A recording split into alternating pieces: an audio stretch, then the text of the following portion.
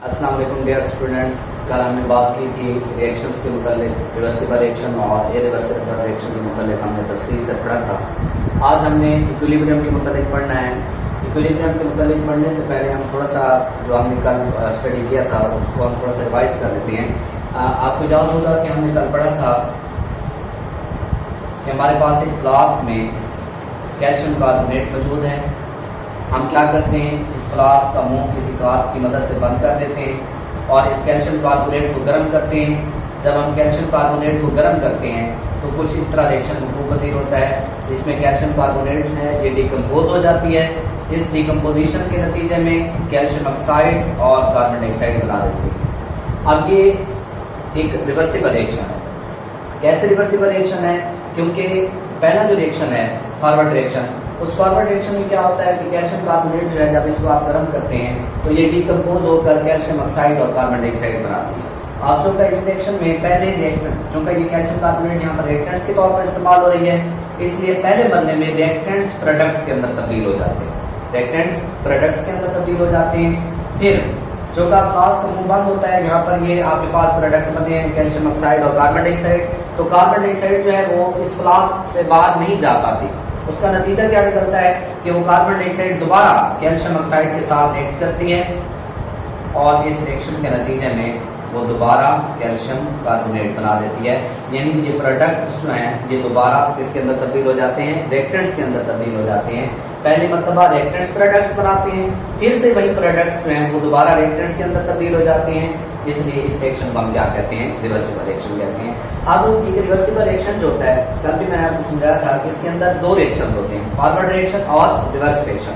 Forward reaction क्या होता है कि जब रिएक्टेंट्स प्रोडक्ट्स के अंदर तब्दील हो रहे हों तो ये फॉरवर्ड रिएक्शन है। इसको हम RF की मदद से जाहिर करते हैं। R से मुराद रिएक्शन, F से मुराद फॉरवर्ड। ये फॉरवर्ड रिएक्शन है। और दूसरा रिएक्शन जिसमें प्रोडक्ट्स दोबारा रिएक्टेंट्स के अंदर तब्दील हो रहे हैं ये रिवर्स रिएक्शन है। इसको हम R से जाहिर करते हैं, बड़ा R छोटा। ये बड़ा R से मुराद रिएक्शन, छोटे R से मुराद रिवर्स। ये रिवर्स रिएक्शन है क्योंकि इसमें प्रोडक्ट्स जो हैं वो वापस आ रहे हैं, दोबारा रिएक्टेंट्स के अंदर तब्दील हो रहे हैं। अब पहले बच्चों होता क्या है कि जब फॉरवर्ड रिएक्शन जो है वो जो आगे की तरफ जा रहा होता है, रिएक्टेंट्स प्रोडक्ट्स के अंदर तब्दील होते हैं। शुरू में ये फॉरवर्ड रिएक्शन जो है इसका रेट कम होता है। अच्छा, यहाँ पर थोड़े से हम फॉरवर्ड रिएक्शन और रिवर्स रिएक्शन की थोड़ी वजाहत पढ़ लेते हैं। ये हमारे पास दो तरह के रिएक्शन है, फॉरवर्ड रिएक्शन और रिवर्स रिएक्शन। अब फॉरवर्ड रिएक्शन क्या है? ये एक ऐसा रिएक्शन है जिसमें रिएक्टेंट्स किसके अंदर तब्दील हो जाते हैं? प्रोडक्ट्स के अंदर तब्दील हो जाते हैं। जबकि रिवर्स रिएक्शन क्या है? ये ऐसा रिएक्शन है जिसमें प्रोडक्ट्स दोबारा रिएक्टेंट्स के अंदर तब्दील हो जाते हैं। ये पहला इसके दरमियान फर्क है कि फॉरवर्ड रिएक्शन में रिएक्टेंट्स प्रोडक्ट्स बनाते हैं, जबकि रिवर्स रिएक्शन में प्रोडक्ट्स दोबारा रिएक्टेंट्स के अंदर तब्दील हो जाते हैं। दूसरा ये होता है कि फॉरवर्ड रिएक्शन जो है इसकी सिमत होती है लेफ्ट से राइट, यानी कि ये रिएक्शंस जो होते हैं फॉरवर्ड रिएक्शन ये बाएं से दाएं जाने वकूफ पजीर होते हैं, बाएं से दाएं जाने। अब देखेंगे फॉरवर्ड रिएक्शन है ये बाएं से दाएं जाने जा रहा है, और जो रिवर्स रिएक्शन होते हैं ये हमेशा दाएं जाने से बाएं जाने वकूफ पजीर होते हैं। तो इसलिए हम लिखते हैं रिवर्स रिएक्शन दाएं से बाएं सिमत वकूफ पजीर होते हैं। ये इनके दरमियान दूसरा फर्क है। अब तीसरा फर्क क्या होता है? तीसरा फर्क ये होता है कि शुरू में जब रिएक्शन का आगाज होता है तो फॉरवर्ड रिएक्शन की रफ्तार तेज होती है। फॉरवर्ड रिएक्शन की रफ्तार क्या होती है? तेज। यानी ज्यादा से ज्यादा रिएक्टेंट्स जो हैं वो मिलकर प्रोडक्ट्स बना रहे होते हैं। प्रोडक्ट्स कम होते हैं, रिएक्टेंट्स ज्यादा होते हैं, उनके दरमियान जो केमिकल अमल है वो तेजी से जारी होता है। इसलिए हम कहते हैं कि फॉरवर्ड रिएक्शन जो है इसकी स्पीड तेज होती है, जबकि शुरू में रिवर्स रिएक्शन जो है इसकी रफ्तार बिल्कुल कम होती है, ऐसा होती है। क्योंकि यहाँ पर ये प्रोडक्ट्स जो हैं इनके दोबारा मिलाप करके रिएक्टेंट्स बनाना जो है ये ऐसा जो है वो जारी होता है, इसलिए रिवर्स रिएक्शन की रफ्तार कम होती है। और चौथा पॉइंट क्या है कि जैसे जैसे वक्त गुजरता है, रिएक्शन आगे की तरफ बढ़ता है तो फॉरवर्ड रिएक्शन जो है इसकी रफ्तार कम हो जाती है। ये फॉरवर्ड रिएक्शन जो होता है इसकी रफ्तार में बातदरीज कमी आ जाती है, बातदरीज ये ऐसा हो जाता है। जबकि दूसरी तरफ रिवर्स रिएक्शन जो है इसमें बाकदरी इजाफा होता है, इसमें तेजी आ जाती है, क्योंकि ज्यादा से ज्यादा प्रोडक्ट्स जो है वो दोबारा आपस में मिलाप करके दोबारा रिएक्टेंट्स के अंदर तब्दील हो जाते हैं। तो ये है फॉरवर्ड रिएक्शन और रिवर्स रिएक्शन के दरमियान फर्क। आप प्यारे बच्चों, होता ये है कि पहले फॉरवर्ड रिएक्शन आगे की तरफ बढ़ता है, रिएक्टेंट्स प्रोडक्ट्स के अंदर तब्दील होते हैं, फिर दूसरी तरफ जो है वो प्रोडक्ट्स दोबारा से मिलाप करके रिएक्टेंट्स में तब्दील होना शुरू कर देते हैं। तो इधर से फॉरवर्ड रिएक्शन जारी हो जाता है, उधर से रिवर्स रिएक्शन जो है वो जारी रहता है। एक वक्त ऐसा आता है कि फॉरवर्ड रिएक्शन और रिवर्स रिएक्शन इन दोनों का रेट एक दूसरे के बराबर हो जाता है।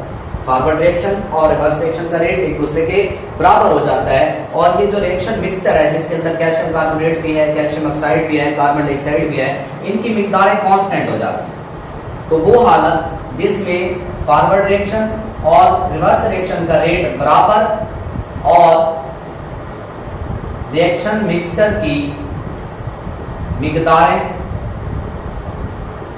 कांस्टेंट हों, इस हालत को नाम दिया जाता है इक्विलिब्रियम। यह हालत क्या कहलाती है? इक्विलिब्रियम कहलाती है। इक्विलिब्रियम जो है ये दो तरह की होती है, इसके दो तरह के अक़साम हैं। एक किस्म जो है उसको नाम दिया जाता है स्टैटिक इक्विलिब्रियम, और दूसरी जो है उसे हम कहते हैं डायनामिक इक्विलिब्रियम। तो इक्विलिब्रियम की कितनी अक़साम है? दो अक़साम है, स्टैटिक इक्विलिब्रियम और डायनामिक इक्विलिब्रियम। पहले हम बात करेंगे स्टैटिक इक्विलिब्रियम के मुतालिक। स्टैटिक इक्विलिब्रियम किसे कहा जाता है? ये इक्विलिब्रियम की वो हालत है जिसमें रिएक्शन मजीद आगे नहीं बढ़ता।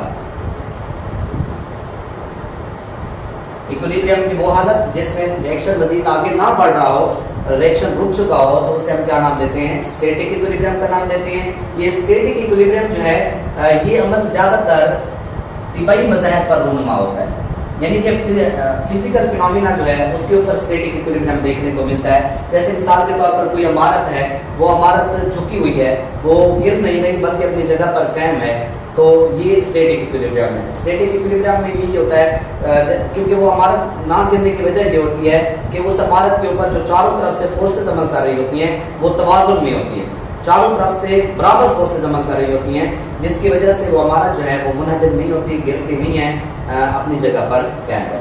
तो ये स्टैटिक इक्विलिब्रियम है। दूसरी तरफ डायनामिक इक्विलिब्रियम है। डायनामिक इक्विलिब्रियम क्या होता है? ये इक्विलिब्रियम की वो हालत है जिसमें फॉरवर्ड रिएक्शन और रिवर्स रिएक्शन का रेट एक दूसरे के बराबर लेकिन सिमत एक दूसरे के मुखालिफ है।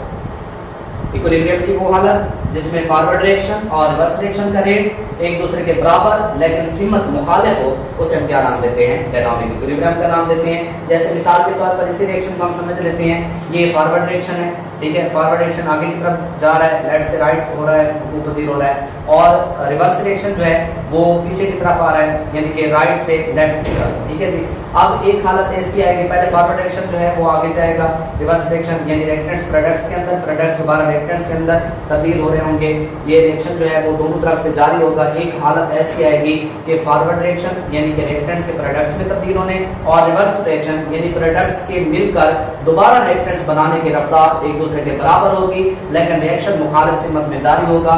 तो ये हालत जो है इसे हम क्या नाम देंगे? डायनामिक इक्विलिब्रियम का नाम देंगे। तो ये इक्विलिब्रियम की दो अक़साम हैं। उसके बाद एक और बात यहाँ पर समझ लीजिएगा, याद रखिएगा कि डायनामिक इक्विलिब्रियम का जो अमल है ये रिवर्सिबल रिएक्शन के ऊपर इसका इतलाक होता है। रिवर्सिबल रिएक्शन के अंदर ही आपको इक्विलिब्रियम, डायनामिक इक्विलिब्रियम जो है ये देखने को मिलता है। जो इरिवर्सिबल रिएक्शंस होते हैं उनके अंदर ये बहुत कम देखने को मिलता है। उसके बाद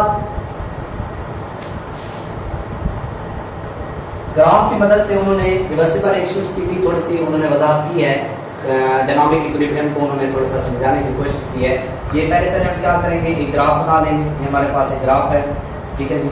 जैसे अभी हमने पढ़ा कि फॉरवर्ड रिएक्शन जो है इसकी शुरू में रफ्तार तेज होती है, तो शुरू में फॉरवर्ड रिएक्शन जो है ये पीक पर होता है, इसकी रफ्तार बहुत ज्यादा होती है, लेकिन जैसे जैसे वक्त गुजरता है ये फॉरवर्ड रिएक्शन जो है ये कम होना शुरू हो जाता है, इसकी रफ्तार ऐसा हो जाती है और उसके बाद कांस्टेंट हो जाती है। उसके बाद जो रिवर्स रिएक्शन होता है इसकी रफ्तार शुरू में तेज होती है, लेकिन जैसे जैसे वक्त गुजरता है रिवर्स रिएक्शन की रफ्तार बढ़ती है, बढ़ते बढ़ते एक वक्त ऐसा आता है कि फॉरवर्ड रिएक्शन और रिवर्स रिएक्शन इन दोनों का रेट, इन दोनों की रफ्तार, इन दोनों की स्पीड एक दूसरे के बराबर हो जाती है, और जहां पर इन दोनों की रफ्तार बराबर होती है उसी जगह पर डायनामिक इक्विलिब्रियम जो है वो फाइंड होता है।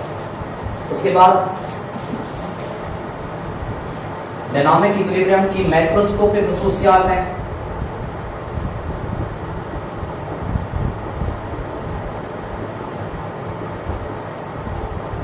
पांच खसूसियात जो है वो उन्होंने बयान किए हैं। उनमें से पहली खसूसियत जो है वो ये है कि डायनामिक इक्विलिब्रियम को सिर्फ वन सिस्टम के अंदर हासिल किया जा सकता है।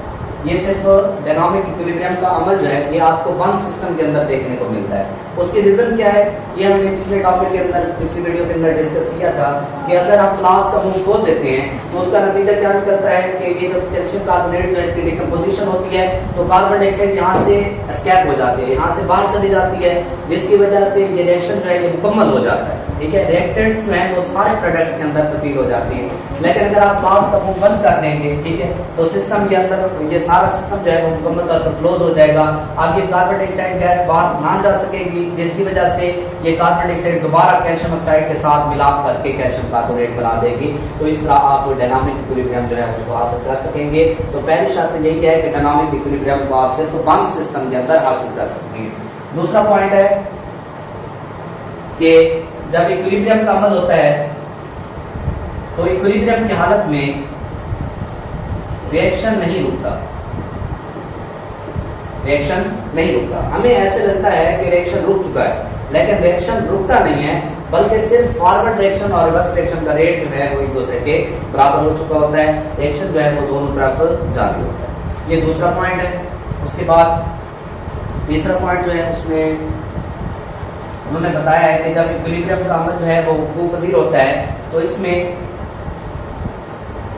रिएक्टेंट्स और प्रोडक्ट्स की कंसंट्रेशन तब्दील नहीं होती, रिएक्टेंट्स और प्रोडक्ट्स की कंसंट्रेशन तब्दील नहीं होती। हत्ता कि तिबई खसूसियात जैसे रंग है, बू है, जायका, डेंसिटी वगैरह, ये भी सारी चीजें एक जैसे रहती हैं। तो ये तीसरा पॉइंट हो गया। चौथा पॉइंट,